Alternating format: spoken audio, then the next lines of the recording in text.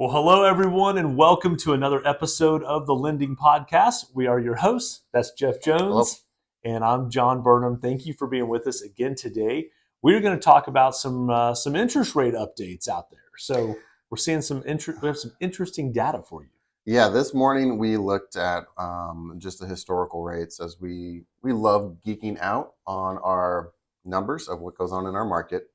And we were laughing with each other because we're at the exact same point we were exactly 12 months ago. To the exact rate. To the exact rate. Like the number, exactly, year over year. Yeah. So interesting. Even though we've had like a heart monitor between then and now, we've seen some ups, some downs, some all around. So we'll talk about why rates have been doing what they're doing. We'll talk about, the importance of what that means and where, the importance of where we're going and hopefully how that influenced your buying decision today. Yep. And so it's a big rate talk.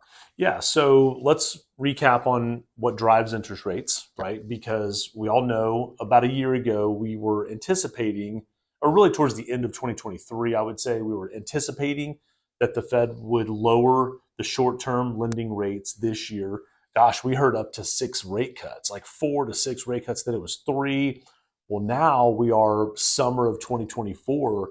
They're anticipating maybe 1 rate cut, if any, right? So we might not have any help from the Fed this year as far as interest rates go. Now, to recap, the Fed does not control mortgage rates, right?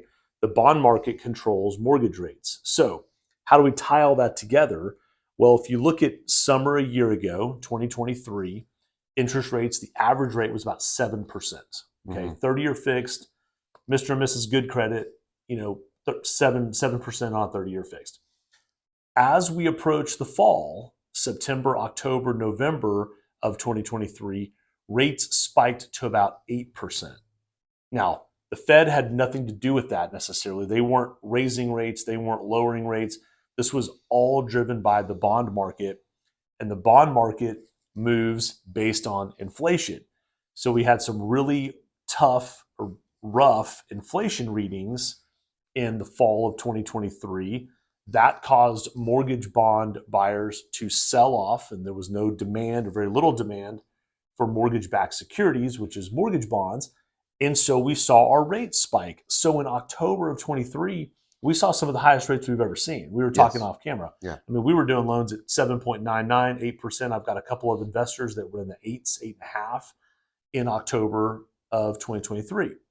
By January 1st of 2024, New Year's Day, essentially this year, we had dropped almost 1.5 points in mortgage rate into the mid 6s. Yeah. And that was with the Fed doing nothing. Right. So if the Fed is not necessarily changing mortgage rates, what's driving that? Well, again, it's the bond market movement. It's all based on inflation. So a year ago, we're at 7% average on a 30-year fix. And again, averages, you're going to see a little bit lower out there. You might see a little bit higher out there. Different loan types have different rates. These are, when you say average, it encompasses a lot of different things, right? So a 30-year average a year ago is at 7. Here we are a year later, a 30-year average is at 7.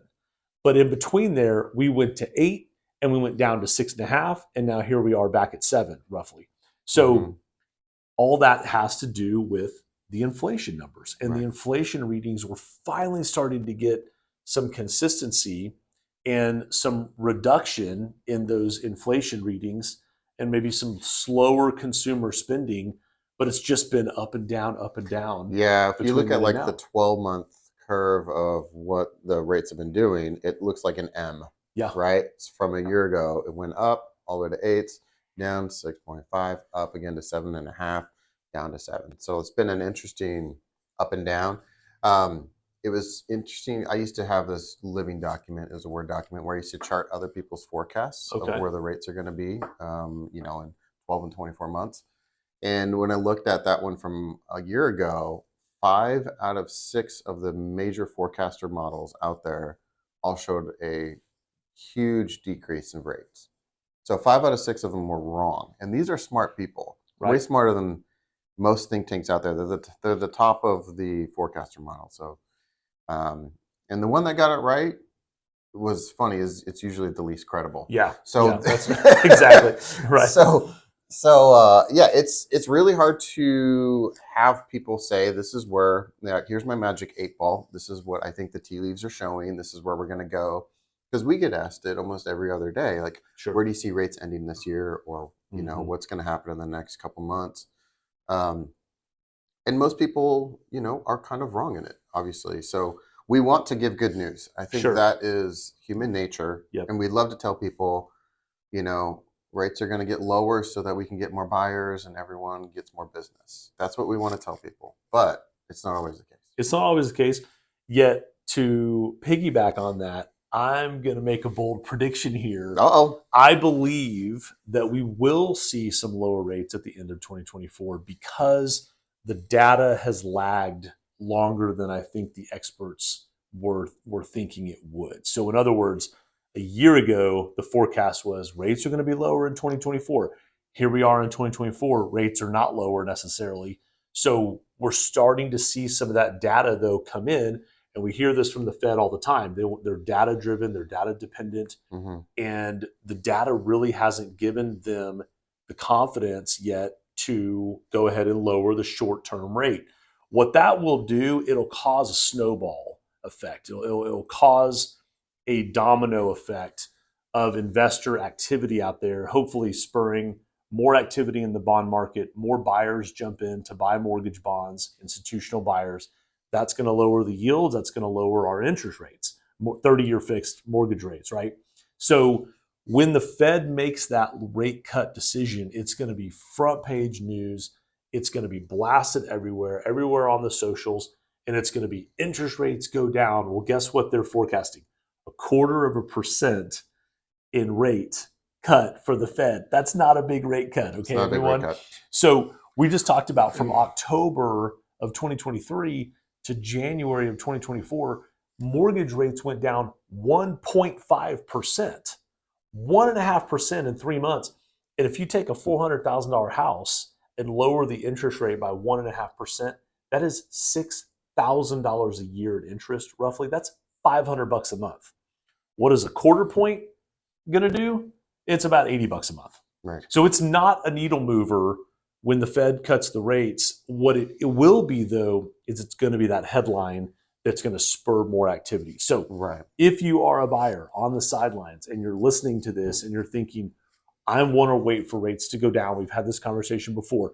I don't blame you for thinking that way. I would just tell you that I do believe that rate cut and that lower interest rate is in the near future versus a year ago we thought it was coming, and here we are a year later and it's not there. So I do believe it's looming. Is that going to be 3 months from now, 6 months from now? We're not sure, but it looks like the Fed could looks like they're going to cut one time this year, but they may not. So yeah, It's hard, it's tricky, you and I both read almost every day what's going on with, the mortgage bond securities market and the federal government sentiment on it, and, inflation, recession, and all these fun buzzwords about what we talk about. What's interesting is when you and I talk to our borrowers, we're not looking, at this huge high scope. We actually get to talk to borrowers, right? So mm-hmm. we know what borrowers are feeling, and we know what our family's feeling. We know what our friends are feeling. And so what's interesting is the recession is is starting to eke into a new phase. We're almost 2 years in. We're just shy of 2 years into a recession, and people's funds are starting to dry up. Mm-hmm. Mm-hmm. Debt is starting to creep up higher and higher for a lot of people because people are using credit cards more. But those credit cards aren't helping much Mm, because they're at a higher interest rate. that's right. So you're having to pay those off faster. What's that's doing is everyone's spendable income is getting crunched, right? Yes. And so the CPI numbers we saw from last week, they were pretty close to forecast, Mm-hmm. Mm-hmm. slight betterment, Mm-hmm. and so that's why we're seeing a happy response to the Mm-hmm. bond Mm-hmm. market. But as we see that plane starting to land, it's getting harder to hit that runway because the compression of spending and the pent up demand for spending continues to be there. And so people want to spend because they've been like trying to hold off. And so getting that to the 2% hopeful number, I think might take a while. Yeah. Yeah. So that might be one reason why the Federal Reserve might not do the cut. That's right. Because if they do it too early, then that will increase spending, It right? could. Yes. And so we're at this weird place where the plane wants to land, but the air pressure is pushing it up, Yeah. right? So that might just take this thing to longer and Yeah. longer of a time. Let's touch on something you just talked about, which is consumer debt Yes. increasing. And we hear this number with $1 trillion plus of consumer credit card debt out there. Now, I have an interesting theory about this because there's also a larger population in the United States today than there was 5, 10 years ago, right? So consumer debt is at an all-time high. Is that consumer debt average per household or just an aggregate because we Because have a the bigger volume's population? bigger. So that's a number, quite frankly, I don't know off the top of my head. I think it's Right. a mix of both. Probably. I think it's a bigger population, and then there's Yeah. also more debt per household out there. So what are some strategies? What can we do to help educate our client base, to help educate our agent base out there about these interests? How do you utilize a 7% interest rate in this market? Let's do some for instance. Okay, let's say you're a homeowner and you bought your house 8 to 10 years ago. You've probably got several $100,000 of equity, and yet you're staring at $50,000 of credit card debt at 29.99%, which is what most of these credit cards are at, 20 to 30% God bless interest. credit card companies. It's insane, right? And so much of the feedback that we get is, oh, I don't want to refinance, or I don't want to sell and buy because I don't want to get out of my really low interest rate and buy a house or do refinance at a higher interest rate. I would really challenge that argument right now for a couple of reasons. Number one, if you're in your house and you've been living there as a homestead, you have a homestead cap on your taxes. So Right. there's a benefit to perhaps staying in your home, and maybe there's some updates you want to do to the home, kitchen, remodel, backyard improvements, whatever it is. And you also have maybe some debt that's lingering out there and you're trying to figure out, how do I do this? Yet you're staring at a 3% mortgage rate on your interest on your mortgage statement every month, and you don't want to necessarily get rid of that.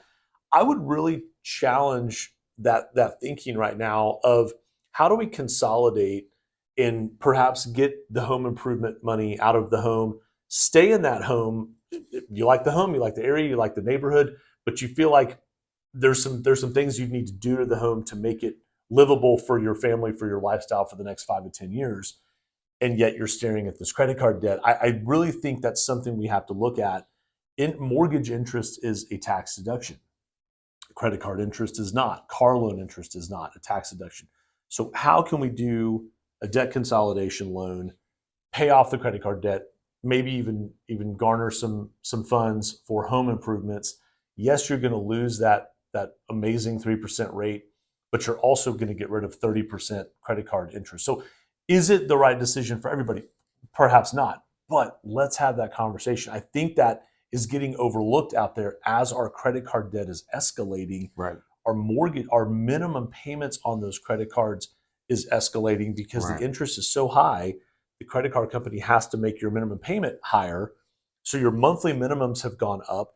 Also, let's not forget, everything else is more expensive, right? Our grocery bills are more expensive, our dry cleaning bills are more expensive, Yeah. you name it.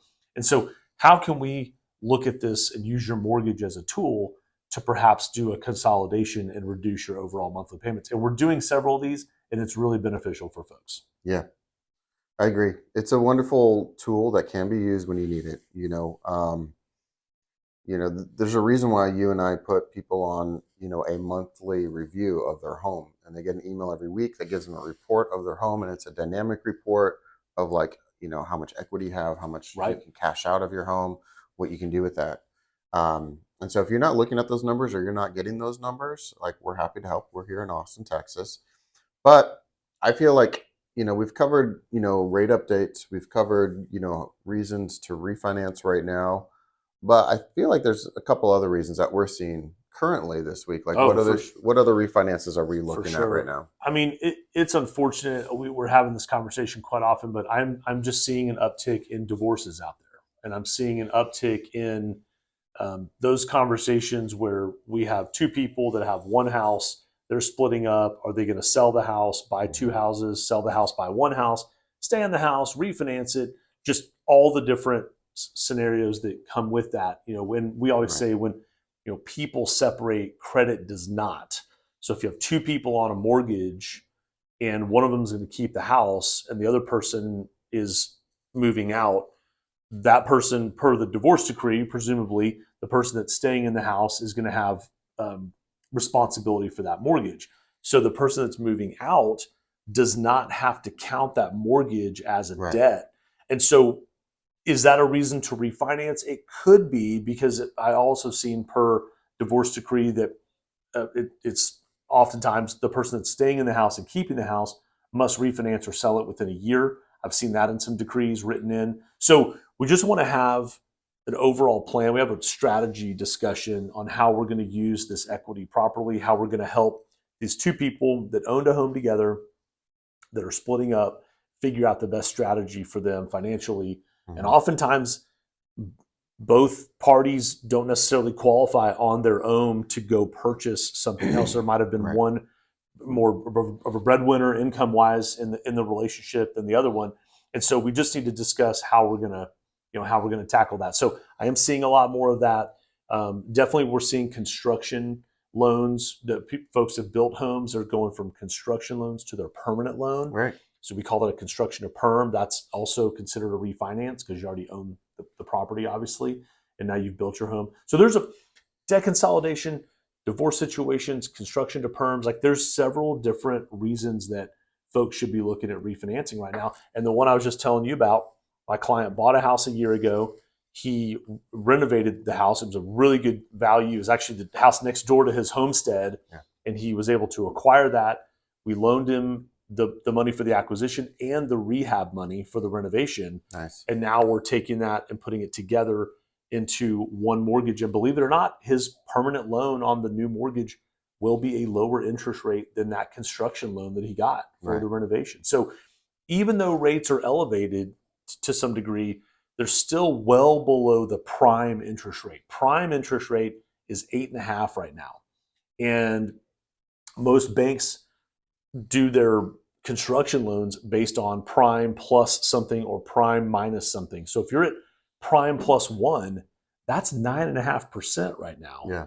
And the going rate we just talked about, maybe 7. 6.5 to 7.5, Right. 7%. So that's 2% plus below where you're at on a construction loan in many cases. So reasons to get out of that loan, I think that's something folks should look at. Yeah. Yeah. Yeah. Well, I think that, this time it's always good to get good information for you to make good decisions, and that's what we love doing on this podcast. So, any Absolutely. other final thoughts for today? Well, I would say this. Let's piggyback on that debt consolidation topic just Yeah. for a second, and let's say that we take out a lower interest rate, refinance it into a higher interest rate, but we're paying off debt that's at 20, 30%, right? Talk to your CPA. Have a conversation. We've talked about this a lot, but This is a big deal. let's Yeah. pull the CPA into the conversation and say, how does this affect my taxable income? Will my larger interest deduction on this refinance at my new loan, okay, that I consolidated, how will that interest deduction affect my overall taxes? And you might see not only a lower monthly payment overall because we're paying off higher interest debt, so now your total outflow on a monthly basis is lower. You might also see an increase in your IRS refund in April when you file your taxes because you're deducting more interest. And whether you're a single person or a couple, filing as a married couple, there's different standard deductions on your IRS tax return. And we just need to pull in that CPA as well, have that conversation because it also works on the purchase discussion. Right. We touched on this. Yes, rates are elevated from a couple of years ago. However, you're going to have a larger tax deduction with paying more interest. That could lower your tax. It will lower your taxable income, but it could also lower your taxable income enough to change your tax bracket. Now you're paying less percentage of taxes. You might get a bigger refund that really justifies buying a home now because it's like, wow, I just got a $10,000 or $12,000 tax refund that's equivalent of 3 or 4 mortgage payments. So there's really a holistic approach here and a lot to discuss and really a lot to analyze when we're talking to folks. Yeah. I think that's a big deal. I don't hear a lot of people in our industry talk about the tax deductions. What Because we don't want to not operate in our lane, or we're not a tax advisor, but there is effects and residual effects of what we do. And one of them is, the amount of taxes that you pay every year on your home does affect what can come back to you possibly when you file your tax return, Mhm. right? And so those percentages are going to be based on, your house, your income brackets. And so that is why we want to always advise people, talk to your tax advisor or CPA, or the person that's doing your taxes, and make sure that you are accounting for that in the full picture of your decision making. Because most people will only look at, what's my monthly payment, That's right? right. That's right. Well, if you not only look at that, but what are you going to get back when you file your taxes, and resupplement that payment so it's actually less than what you think. That's right. At the end of the year, For sure. Oh, we've it's a seen. couple thousand more dollars back to you. And the IRS has a pretty good calculator on their website. You can Yeah. go to the IRS website, irs.gov, and put in your W-2 earnings and put in your standard deduction, which we all get as a single person. I think it's just under $15,000 a year for your standard deduction. For a couple, it's just under $30,000 a year, I believe, for your standard deduction. Again, when you have interest and property taxes that exceed those numbers, that's called an itemized deduction. And so your tax deduction increases with your mortgage interest and your property taxes. When your deduction increases, your taxable income decreases, which means you're paying less income tax. And that's what you're talking Yeah. about, is that refund. I mean, it could be substantial. It could be the equivalent of saving 2 to 3 mortgage payments per year. It really can be. And so that's something we need to talk about, factor in. Yeah, and I think that 2 to 3 months of savings of your mortgage payment. So if people are renting right now and they're like, well, what's the cost of renting versus buying? And they're doing that math, and they might put it on an Excel spreadsheet, or they're just doing their yearly cost factor. Realize that owning is almost like a 2 or 3 month credit. Yeah.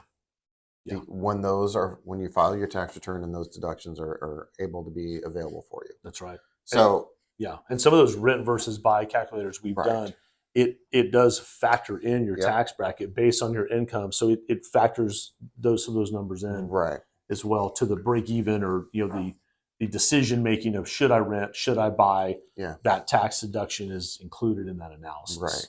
So if you look at like your 12-month cash out of pocket of renting, that's almost comparable to your 9.5 month of owning cash, That's right. monthly budget. That's right. So this is good. Yeah, yeah. I really hope it's been helpful. I mean, there's so many scenarios, and we talk about this all the time. Everybody's scenario is different. That's why we ask the question, what's most important to you about this process? We really want to find out what your goals are, where you are in the process, and how we can help you achieve those goals. Good.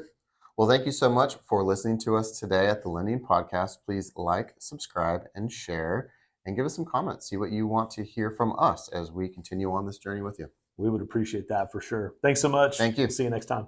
Bye.